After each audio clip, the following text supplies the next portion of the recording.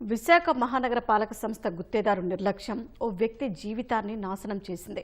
తన ప్రమేయం లేకుండా జరిగిన ఆ ప్రమాదం ఆయన్ని జీవోత్సవంలా మార్చేసింది. విశాఖలో ఓ ప్రైవేట్ కంపెనీలో ఎగ్జిక్యూటివ్గా పనిచేస్తున్న బాలకృష్ణ గత ఏడాది మే 14న దొండపర్తిలోని జీవీఎంసీ కళ్యాణ మండపంలో స్నేహితుడి వివాహానికి హాజరయ్యారు. భోజన సమయంలో ఉన్నట్టుండి కళ్యాణ మండపం స్లాబ్ పెచ్చులోడి ఆయన మెడపై పడింది. ఆ దెబ్బ శరీర భాగాల్లో నరాల వ్యవస్థ మొత్తం చతికిలపడేలా చేసింది. ఈ అనూహ్య ఘటనతో ఆ కుటుంబం కకావికలమైంది. ఆస్తులమ్మే ఒక మేజర్ ఆపరేషన్ కూడా పూర్తి చేసినా ఇప్పటికీ మంచం మీద నుంచి లేవలేని దుస్థితిలోనే ఉన్నారు. ఇప్పటికీ రోజువారీ చికిత్సకు వేలల్లో ఖర్చవుతోంది. ఓ ప్రైవేటు సంస్థలో ఉద్యోగం చేసే బాలకృష్ణ భార్య జాహ్నవి భర్త ప్రమాదానికి గురైనప్పుడు 5 నెలల గర్భవతి. ఆ అనుకోని ఘటనతో ఆమె గుండె పగిలింది. ఆ స్థితిలోనూ భర్త కోసం పరిస్థితులతో పోరాడుతోంది. ఇప్పుడు వారికి మగబిడ్డ పుట్టి సుమారు 5 నెలలవుతున్నా భర్త ఆరోగ్య పరిస్థితిలో ఏమాత్రం మార్పు లేదు. ఓవైపు పసిబిడ్డ ఆలన పాలన చూసుకుంటూనే భర్తకు సపర్యలు చేస్తోంది. తనను ప్రభుత్వమే ప్రాణాలతో కాపాడాలని వేడుతున్న బాలకృష్ణ దీనగాథపై మరిన్ని వివరాలను మా ప్రతినిధి ఆదిత్య పవన్ అందిస్తారు. విశాఖపట్నం దొండపర్తిలోని మహానగరపాలక సంస్థ చెందినటువంటి కళ్యాణ మండపం గుత్తేదారు నిర్లక్ష్యం వల్ల ఒక నిండు జీవితం చాలా ఇబ్బందులు పడుతోంది. బాలకృష్ణ మనతో ఉన్నారు. బాలకృష్ణ ఒక వివాహానికి హాజరై భోజనం చేసి వచ్చేస్తున్న సమయంలో ఆ కళ్యాణ మండపం చెందినటువంటి స్లాబ్ కూలిపోయింది. ఆ స్లాబ్స్ వచ్చి ఆ పెచ్చులన్నీ వచ్చి తన కంఠం మీద పడింది. తద్వారా మొత్తం పూర్తిగా ఇప్పుడు మనం చూడొచ్చు, చాలా దారుణమైన పరిస్థితి. ఇంచుమించుగా 8 నెలల నుంచి కూడా ఈ విధంగా బెడ్కి మాత్రమే పరిమితం అయిపోయారు. చాలా ఖర్చు అవుతోంది. గుత్తేదారు చేసినటువంటి నిర్లక్ష్యం, మహానగరపాలక సంస్థ సరిగ్గా పట్టించుకోకపోవడం, ఒక కళ్యాణ మండపం నిర్వహించేటువంటి విషయంలో సరైనటువంటి జాగ్రత్తలు తీసుకోవడం కానీ నియమాలు పాటించడం కానీ చేయకపోవడం వల్ల ఒక నిండు జీవితానికి చాలా ఇబ్బందికర పరిస్థితి. ప్రస్తుతం మంత్రుడు బాలకృష్ణ ఉన్నారు, వారితో మాట్లాడదాం. బాలకృష్ణ, ఏం జరిగింది, అసలు ఏమైంది? మే 14 రిసెప్షన్కి అటెండ్ అవ్వడానికి వెళ్ళాను సార్. జీవీఎంసీ కళ్యాణ మండపం దొండపర్తి దగ్గర సార్. భోంచేసి ఇలా ఫ్రెండ్స్తో మాట్లాడుతున్నాను సార్. ఈలోపు హఠాత్తుగా ఒక పెద్ద స్లాబ్ లాంటిది పడిపోయింది సార్. అంటే కుప్ప కూలిపోయింది సార్. ఏం తెలియదు. నా మీద పడింది, మా ఫ్రెండ్స్ ఇద్దరి మీద పడింది సార్. ఒకరికి బొటన్ వేల మీద పడింది, ఒకరికి బుర్ర మీద పడింది. వాళ్ళు కొంచెం బాగానే ఉన్నారు సార్. నాకు ఇక్కడ C4 to C7 డ్యామేజ్ అయిపోయింది సార్. నాకు ఫుల్ ప్యారలైజ్ అయిపోయింది సార్. ఇక్కడ నుంచి అసలు బాడీ ఏమీ కదలట్లేదు సార్. చేతులకు కూడా గ్రిప్ లేదు. 8 months నుంచి ఇలాగే ఉన్నాను సార్. బెడ్ మీద తట్టుకోలేకపోతున్నాను.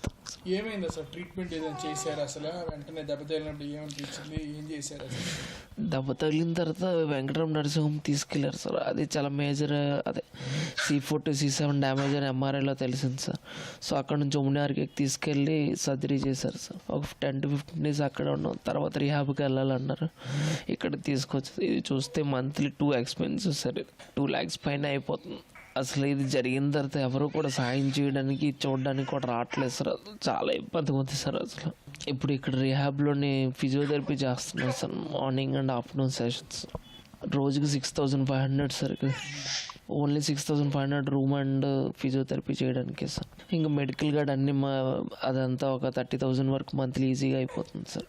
జీవీఎంసీ నుండి జోనల్ 3 నుంచి జోనల్ కమిషనర్ వచ్చారు సార్. చూశారు, చేస్తాము అది ఇది అని అన్నారు సార్. తర్వాత మళ్ళీ ఇంకేం కనబడలేదు సార్. వాళ్ళు సార్, నేను నా తప్పు లేదు కదా సార్. నేను తాగేసి ఈ రోడ్డు మీద పడిపోతే నా ఇబ్బంది సార్. వీళ్ళ నెగ్లిజెన్స్ వల్ల నా ప్రాణం పోతుంది సార్. ప్లీజ్ సార్, నన్ను హెల్ప్ చేయండి సార్. బయటికి లాగండి సార్. సార్ దయచేసి నన్ను కాపాడండి సార్. నన్ను నమ్ముకొని మా మావిడ ఇప్పుడు పిల్లోడు కూడా ఉన్నాడు సార్. అసలు నేను భరించలేకపోతున్నాను సార్. ఎవరు సార్ 8 నెలలు మంటలు సార్. ఒళ్ళంతాను ఎప్పుడైతే మంటలు లేచి తిరగలేను, కూర్చోలేను sir. Government officers please sir స్పందించండి సార్ నా కోసం. చంద్రబాబు నాయుడు గారు, లోకేష్ గారు, పవన్ కళ్యాణ్ గారు, మీకు దండం సార్. ప్లీజ్ సార్, నా తప్పు లేదు సార్. నా తప్పు ఉంటే నేను చచ్చిపోతాను సార్. నా తప్పు ఉంటే నా తప్పు లేదు సార్. అసలు మీ నెగ్లిజెన్స్ వల్ల నా ప్రాణం పోతుంది సార్.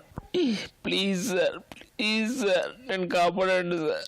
నేను భరించలేకపోతున్నాను సార్. ఇప్పటికీ అప్పులు బలి అయిపోయింది సార్. మంత్లీ 2 లక్షల పైన పెట్టుకొని ఇంకా నా వల్ల కావట్లేదు సార్. అసలు పాపం తను పిల్లని కానీ నిండి చూడాలి సార్. తను తిరుగుతూనే ఉంది ప్రతి ఆఫీస్కి, ప్రతి పోలీస్ స్టేషన్కి.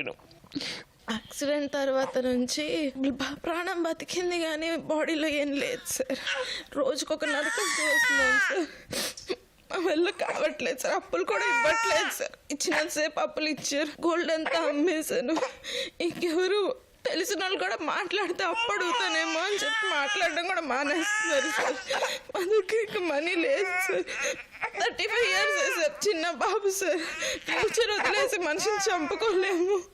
అలాగే బ్రతికించడానికి మా సాయి శక్తిలో ప్రయత్నిస్తున్నాం సార్. ఇంటికి తీసుకెళ్తే ఏ యూరిన్ ప్రాబ్లం వచ్చేస్తుందో, లంగ్స్ మళ్ళీ ఆ ఊపిరి అందుకోవు అని చెప్పి భయం వేసి అసలు కదలడానికి కూడా లేదు సార్. మాకు 5 నెలలు సార్. అప్పుడు 5 నెలలు నిండుతుంది.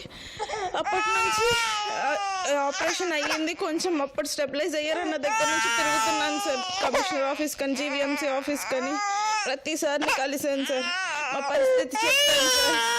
ఎవరు పట్టించుకోవట్లేదు సార్. అంటే ఫస్ట్ రియాక్షన్ బాగా చెప్తున్నారు సార్, మేము చేస్తామని.